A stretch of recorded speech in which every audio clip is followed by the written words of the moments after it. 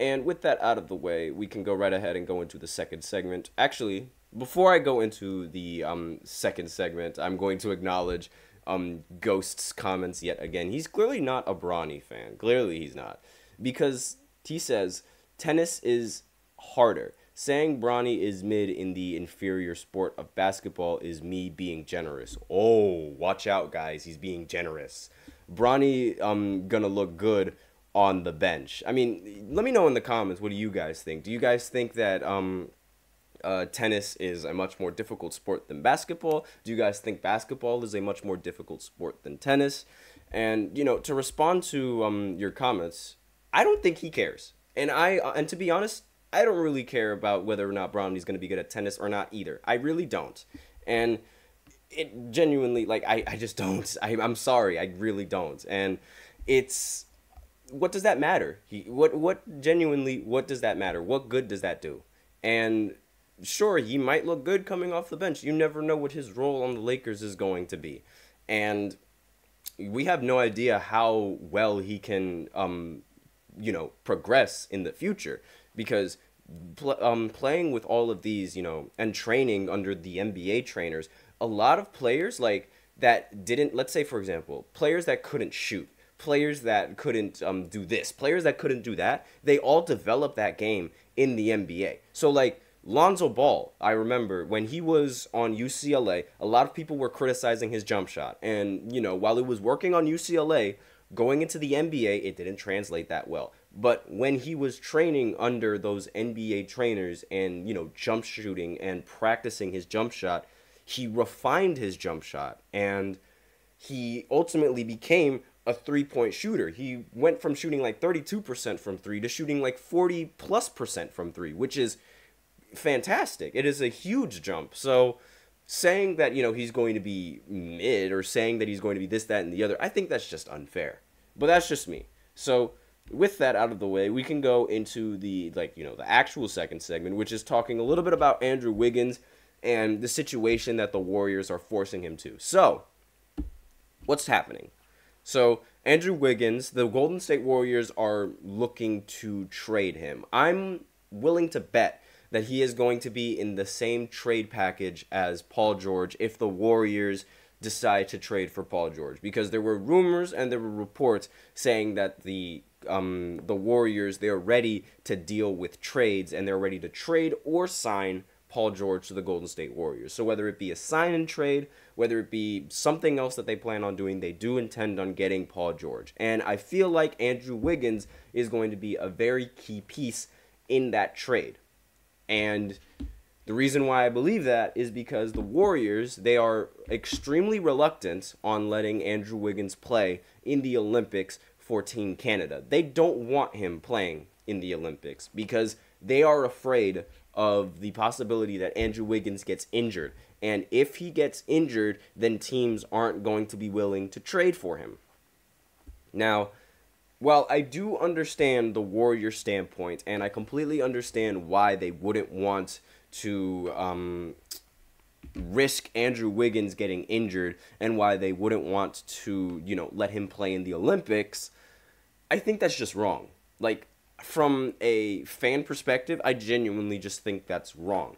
Like, you can't deny someone's right to play for their country and represent their country in the Olympics. Now, a lot of people might not agree with that anymore, but I remember back then, it was a huge honor to represent your country as, and it probably, you know, a lot of people probably still think that it is, but I feel like I see that less and less. Looking into a lot of these athletes, like, for example, Joel Embiid, I don't know why, like, he decided to play for Team USA instead of playing for the French national team. He is French, he was from there, he actually had an agreement to play with France, but in my personal opinion, I would have played for France just to represent the country where I was from instead of just hopping on the United States bandwagon. But that's just me, and I feel like, you know, there's really like a level of I guess, you know, respect and a level of pride of representing your country, and denying somebody that opportunity is just unfair. especially since, the Olympics, they happen every 4 years. There's no telling what Andrew Wiggins' career is, what's going to happen in Andrew Wiggins' career in 4 years. Because what if he actually does get injured within the 4 years and he can't play basketball anymore? And this was the one time when he could have played for an Olympic team, but the Warriors as an organization said no. I think that's incredibly unfair. We have a comment coming in from Logical Raptors Fanatic. Wiggins might not even start. Golden State Warriors is worrying for nothing, in my opinion. And sure, yeah, we have no idea whether or not Andrew Wiggins is going to start. But regardless whether he starts or if he doesn't, he's still going to get plenty of minutes. And it doesn't matter whether you come off the bench. It doesn't matter whether you're a starter. It doesn't matter whether you are a six-man, whatever position, you could get injured at any point. You could even get injured just working out. I remember when I was in high school, a football teammate of mine, he got injured while he was lifting weights. He tore his ACL while he was lifting weights. And anything can happen. So it's a precaution that I understand, from an organization standpoint, I understand the precaution. But as a basketball fan and as a human being, I just think that's wrong. I really don't think that it's a really bad look for the organization denying Andrew Wiggins the right to represent his country in the Olympics. It is a huge honor, and it's you don't even, sometimes some of these players, they don't even get selected to be on the team.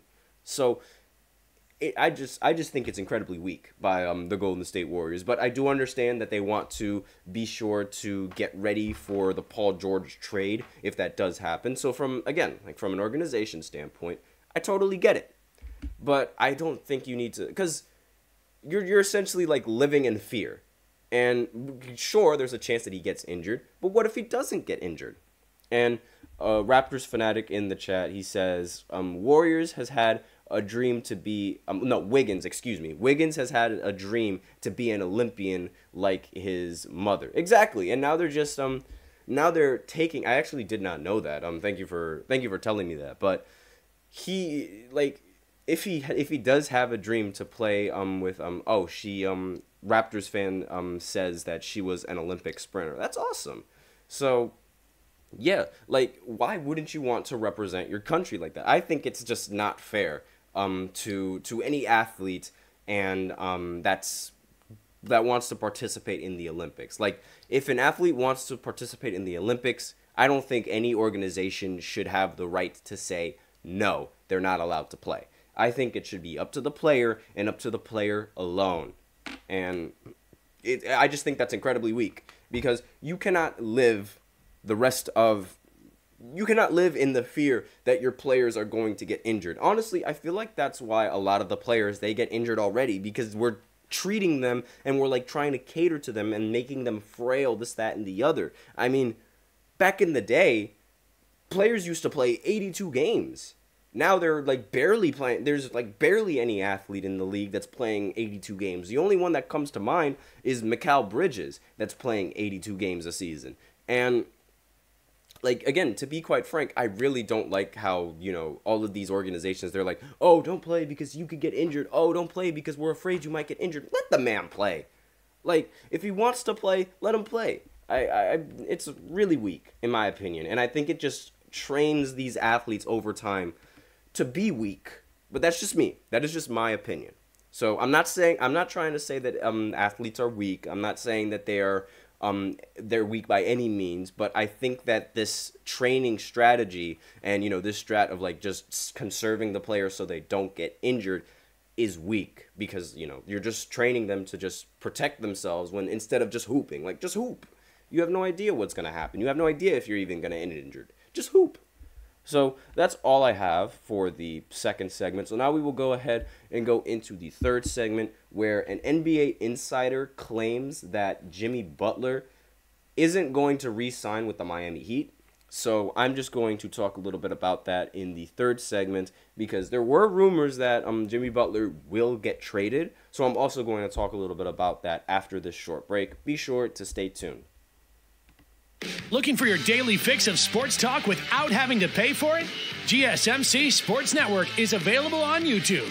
Just search GSMC Sports Network. Get your fix of daily sports talk shows on YouTube, absolutely free. NFL, college football, NBA, MLB, MMA, UFC, fantasy football, and so much more. GSMC Sports Network has shows running all day long, with new sports shows starting every 2 hours. Just like on your favorite cable sports channel, except GSMC Sports Network is absolutely free. Just search GSMC Sports Network on YouTube to catch one of your new favorite shows, like the GSMC College Football Podcast, Chip Shot Football Podcast, Hoops and Heels Women's Sports Podcast, GSMC Basketball Podcast, and so many more. Check it out for yourself. GSMC Sports Network, now available on YouTube absolutely free. Search GSMC Sports Network on YouTube right now.